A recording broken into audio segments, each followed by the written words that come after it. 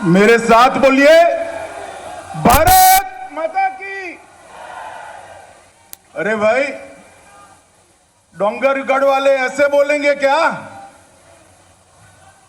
यहां से आवाज मोदी जी तक जानी चाहिए। जाएगी क्या? फिर से एक बार बोलो, जाएगी क्या? तो मेरे साथ दोनों हाथ उठाकर चौथी बार सरकार बनाने के संकल्प की मुट्ठी भींचकर प्रचंड आवाज से बोलिए, भारत माता की, भारत माता की, भारत माता की। आज इस कार्यक्रम में मंच पर उपस्थित छत्तीसगढ़ के लोकप्रिय मुख्यमंत्री, चावल वाले बाबा डॉक्टर रमन सिंह जी, हमारे प्रदेश अध्यक्ष श्रीमान धर्मलाल कौशिक जी, यहां की लोकप्रिय नेत्री और राष्ट्रीय महासचिव भारतीय जनता पार्टी की सुश्री सरोज पांडे जी, छत्तीसगढ़ संगठन के प्रभारी और भारतीय जनता पार्टी के महासचिव सांसद डॉक्टर अनिल जैन जी, जिन्होंने छत्तीसगढ़ के संगठन को गढ़ा है, ऐसे हमारे सौदान सिंह जी, यहां के युवा सांसद भाई अभिषेक सिंह जी, जिन्होंने हिंदी के साहित्य की कविता से भरा हुआ भाषण करा, ऐसी हमारी यहां की विधायक सरोजिनी बंजारे जी, उपस्थित सभी विधायकगण, सांसदगण, मंत्रीगण, आज इस अटल विकास यात्रा के प्रारंभ में डोंगरगढ़ के कोने कोने से आए हुए छत्तीसगढ़ के मेरे प्यारे भाइयों और बहनों को मेरा प्रणाम। मित्रों, सबसे पहले मैं छत्तीसगढ़ शासन के मुख्यमंत्री श्रीमान रमन सिंह जी को हृदय से पार्टी के अध्यक्ष के नाते बधाई देना चाहता हूं, क्योंकि डॉक्टर रमन सिंह जी सबसे पहले व्यक्ति थे जब अटल जी का देह नहीं रहा और अटल जी की अंतिम यात्रा निकलती थी। जैसे ही अंतिम यात्रा समाप्त हुई, छत्तीसगढ़ की ओर से अटल जी को श्रद्धांजलि देते हुए नई राजधानी का नाम अटल नगर बनाने वाले रमन सिंह जी देश में सर्वप्रथम थे। और मित्रों, आज छत्तीसगढ़ में जो विकास दिखाई पड़ता है, वो विकास का कारण है कि छत्तीसगढ़ की रचना हुई, और वो रचना श्रद्धेय स्वर्गीय अटल जी ने करी। अटल जी ने छत्तीसगढ़ को बनाया है और रमन सिंह ने छत्तीसगढ़ को संवारा है।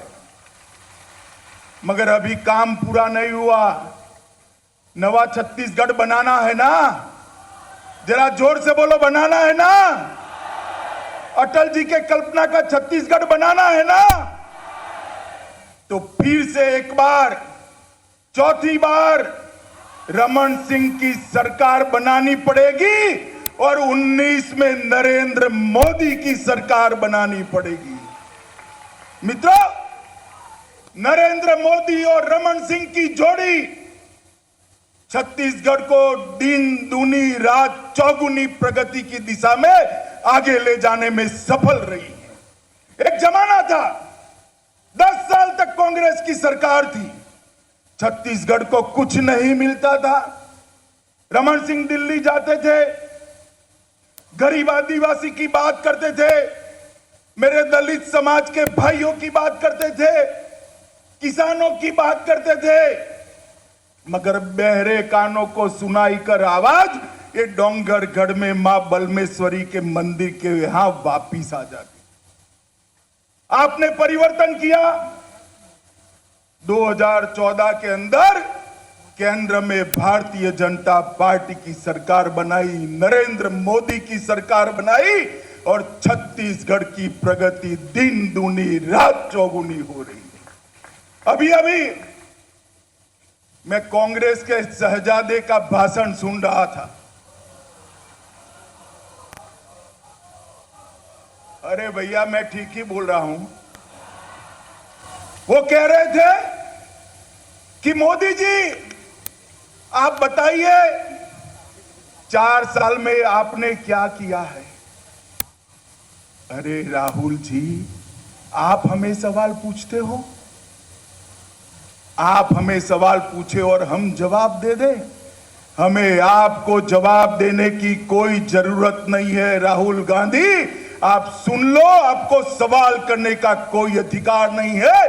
आप हमसे 4 साल का जवाब मांगते हो। देश की जनता आपसे 4 पीढ़ी का जवाब मांगती है। 4 पीढ़ी का जवाब मांगती है। 4 पीढ़ी तक आपके परिवार ने इस देश पर शासन किया। ये बोनस किसानों को क्यों रमन सिंह को बांटना पड़ता है? 60 साल तक आपका शासन रहा। छत्तीसगढ़ के गांव में बिजली क्यों नहीं पहुंची? किसान को बोनस क्यों नहीं मिला? ये जो पंप की बात करते हैं, वो बिजली माफ पंप क्यों नहीं मिला? 60 साल तक आपका शासन रहा। गरीब के घर में उज्ज्वला का गैस क्यों नहीं पहुंचा? गरीब को रहने का घर क्यों नहीं मिला? उसको बिजली घर में सौभाग्य योजना के तहत क्यों नहीं मिली? अगर हिसाब मांगना है तो देश की जनता आपसे हिसाब मांगती है।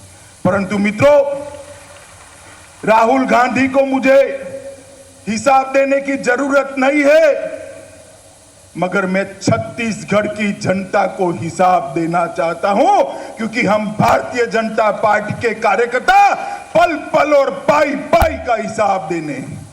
मित्रों, जब कांग्रेस की सरकार थी, खनिज से भरा हुआ ये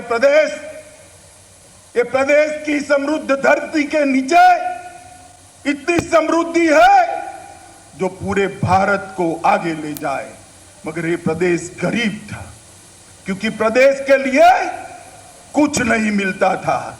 नरेंद्र मोदी सरकार आई, डिस्ट्रिक्ट मिनरल फंड की रचना की और 3600 करोड़ रुपया छत्तीसगढ़ के आदिवासियों के लिए देने का काम भारतीय जनता पार्टी की सरकार ने किया। मित्रों, पहले तो आप मुझे बताओ भैया, छत्तीसगढ़ वाले बैठे हो, कोई भी महिला हो, अब तो गैस आ गए। पहले खाना कोयले से पकाती थी महिलाएं, तो कोयला घर में रखती थी क्या? जरा बोलो, घर में रखते थे या बाहर रखते थे? भाई, बाहर ही रखते थे ना। बाहर इसलिए रखते थे कि चोर भी कोयले की चोरी नहीं करता था, मगर एक कांग्रेसी तो कोयले की खदानें भी चोरी कर कर ले गए थे। भारतीय जनता पार्टी की नरेंद्र मोदी सरकार आई, पारदर्शी नीलामी करी और छत्तीसगढ़ को 4 साल के अंदर 2,62,908 करोड़ रुपया खदाने, कैंपा फंड और डीएमएफ के माध्यम से देने का काम भारतीय जनता पार्टी की सरकार ने किया है। जब रमन सिंह जी मुख्यमंत्री बने, एक छत्तीसगढ़ हमारा बीमारू राज्य कहा जाता था। आज हर गांव में बिजली पहुंचाने का काम हुआ, हर गांव में रोड पहुंचाने का काम हुआ, हर घर में गैस और शौचालय पहुंचाने का काम किया। फिर भी 10 जिले जो पिछड़े रह गए, वहां पर प्रधानमंत्री जी ने एक्सप्रेशन जिले के तहत उसको केंद्र की सहायता देकर आगे बढ़ाने का काम भारतीय जनता पार्टी के नेता नरेंद्र मोदी जी ने किया है।